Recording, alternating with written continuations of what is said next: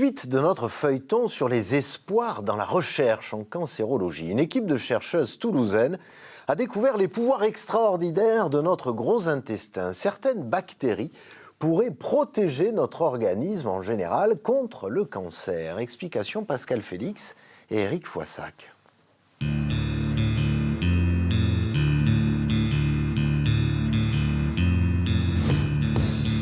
Nouveaux traitements, nouvelles technologies, recherche fondamentale, vaccins, découvertes. À Toulouse, à l'Oncopole, au CHU ou dans les laboratoires, la lutte contre les cancers se mène sur tous les fronts. Une révolution et un super pouvoir. Deux découvertes récentes, deux découvertes majeures. Il y a 3 ans, ces chercheuses découvrent que des cellules immunitaires du côlon sont disséminées dans le système digestif d'une souris. Elles avaient migré depuis la tumeur primaire pour attaquer des métastases. La surprise est totale. Le gros intestin, l'autre nom du côlon, a des pouvoirs extraordinaires. Une des différences entre le côlon et les autres organes, c'est la présence massive de ce qu'on appelle le microbiote. On cohabite avec ce microbiote, il est là dans notre organisme dès la naissance. Et en fait, ce qu'on pense, c'est qu'au niveau du côlon, certaines peut-être populations bactériennes pourraient aider à éduquer, à préparer l'immunité du côlon.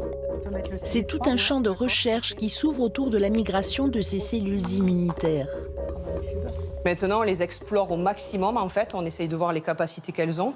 On a vu que dans le contexte du cancer colorectal, elles avaient un pouvoir d'éliminer la tumeur. Et on a commencé à avoir des pistes sur d'autres types de tumeurs ailleurs dans l'organisme. Et donc on espère à très long terme pouvoir étendre ces capacités de ces cellules-là tueuses à d'autres types de cancers, en fait. Une étude sur une vingtaine de patients a montré des résultats surprenants. Pour plusieurs, des métastases au foie ont disparu. Pour un autre, c'est une métastase au poumon qui a été éliminée. Pas encore de quoi tirer des conclusions définitives, bien sûr, mais la découverte a été saluée par Science Immunology.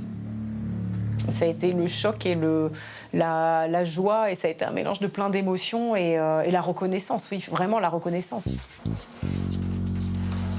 Moins 186 degrés et des précautions extrêmes pour manier cette autre découverte extraordinaire.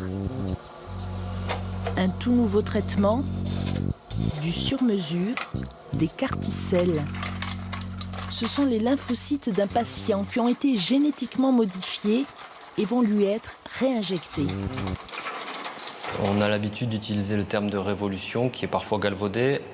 En l'occurrence, c'est vrai que c'est une révolution conceptuelle parce que c'est la première fois qu'on arrive à réentraîner comme ça des cellules génétiquement modifiées et à les réinjecter aux patients. Donc révolution conceptuelle, révolution dans les résultats parce que ces traitements-là permettent d'obtenir des rémissions complètes chez des patients pour lesquels il n'y avait pas de stratégie thérapeutique valable avant les carticelles.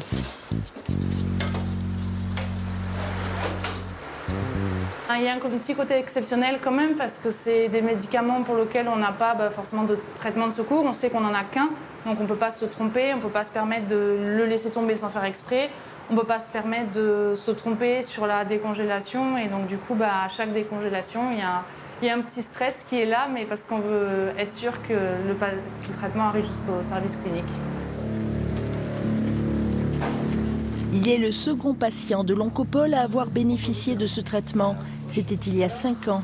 La thérapie, alors en phase test, lui a sauvé la vie. Pour moi, ça a été une solution miracle parce que c'était extraordinaire puisque ça va faire 5 ans que j'ai eu ce protocole et que je suis en rémission pour le moment. Je n'ai aucun traitement, je suis entre guillemets guéri. Aujourd'hui, les carticelles soignent les cancers dits liquides, comme ceux du sang ou de la moelle osseuse. La recherche travaille à les adapter à tous les cancers.